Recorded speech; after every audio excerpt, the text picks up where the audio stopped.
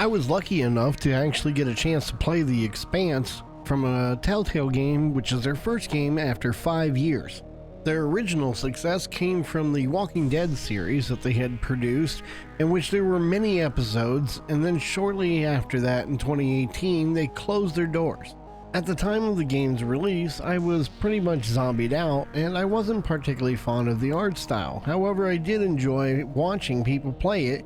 Currently, it has a lot of reviews over on Steam with a overwhelmingly positive presence on Steam, which tells a lot about the story that is written for the game. For those of you who are looking for an action-based game, you're probably not going to find it here, as Telltale games are specifically about the story and where they originate from. In this particular case, you're actually getting a prequel to a television series that ran from 2015 to 2022.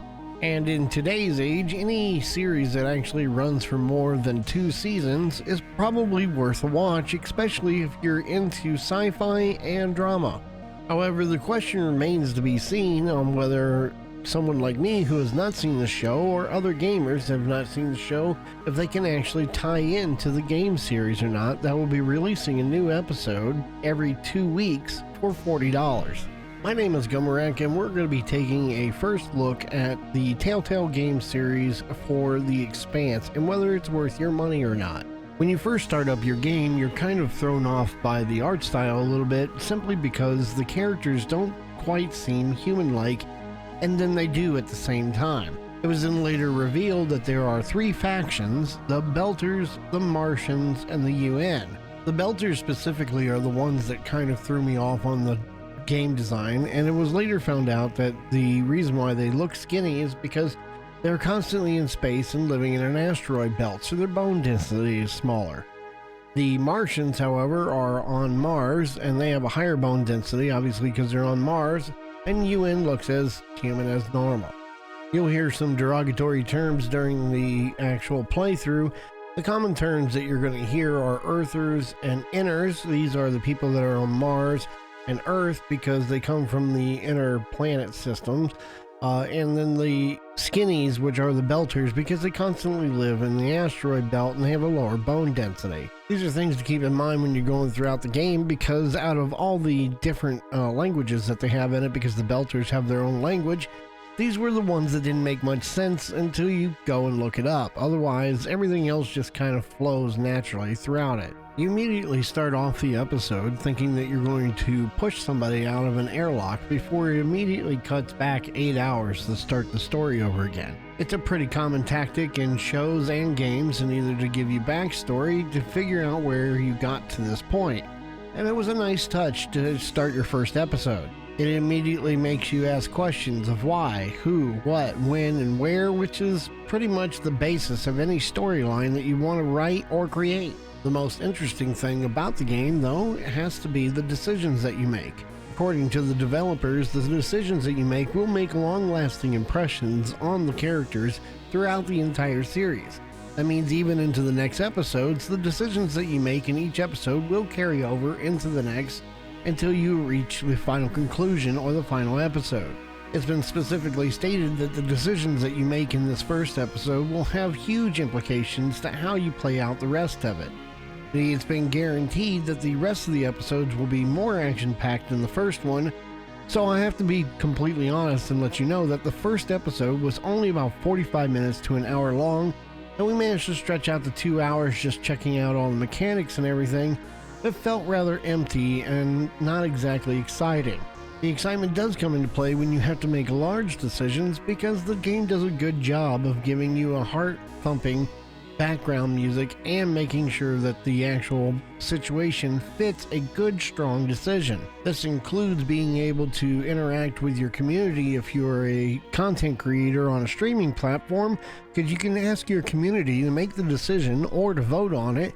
It's a rather neat thing that has been implemented into the game that can be used to do a solo experience or a group experience depending on how you want to play the game. Sadly though, the first episode did not give me a lot of confidence on the decision making, as there was less major decisions and too many minor decisions to be made that just didn't excite my community at the time. One of the more interesting designs inside of the game has got to be the anti-gravity mechanics. While it was difficult for me to navigate because I have to use a trackball mouse due to complications in my life, it did make for a rather interesting experience the very first time you see it and you start walking up a wall. The anti-gravity ranges from actually being connected to the hull with your magnetic boots to actually free-floating into space. The controller for it, as I said, seemed to be rather difficult to use on trackball mouse, but I think it would be okay on a regular mouse, but definitely would play well with a controller.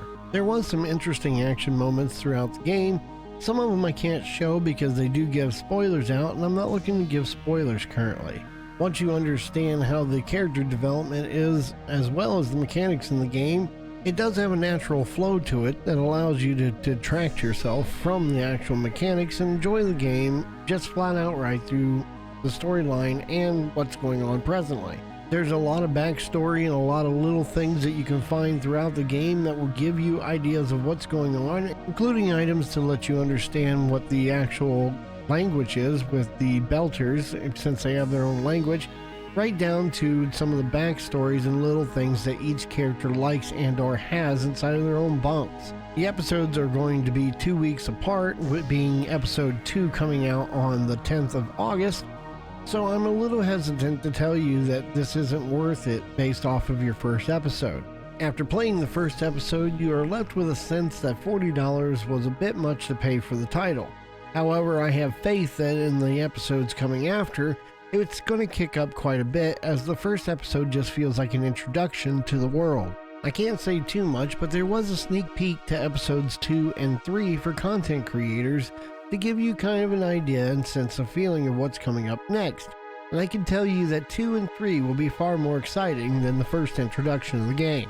There are a few things that I really hope the company smooths out the edges on, such as the sudden snap-ins that you get when you go to what I call loading screens, when you're going up and down ladders and there's supposed to be a step-off point and it just kind of snaps into place. It's clear that that is just a phasing point between loading screens so that you don't see the actual loading screen.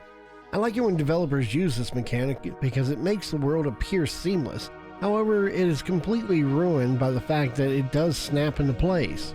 What I can say is that that's probably the only real complaint that I have about the game, and if that is the only complaint to the mechanics that are working throughout the game, that's really minor with the kind of junk that we get with today's releases.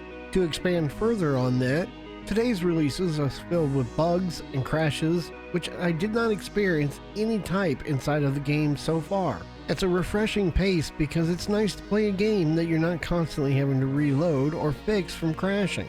Matter of fact, I stretched the game out for 2 hours, including flying as far out to the boundary line as I possibly could, with no complications whatsoever. I didn't receive a crash or any frame drops during the entire experience. The game does have ultra-wide support in the essence of being able to play in a 3440 by 1440 format or larger if you have a larger screen, but it is not very friendly if you're trying to record and or play in a smaller format on an ultra-wide. It did force me into a windowed mode and to manually resize it in either to get the size that I wanted and either to put the game out on stream, but that's nothing new for any title, as ultrawides are not the mainstream.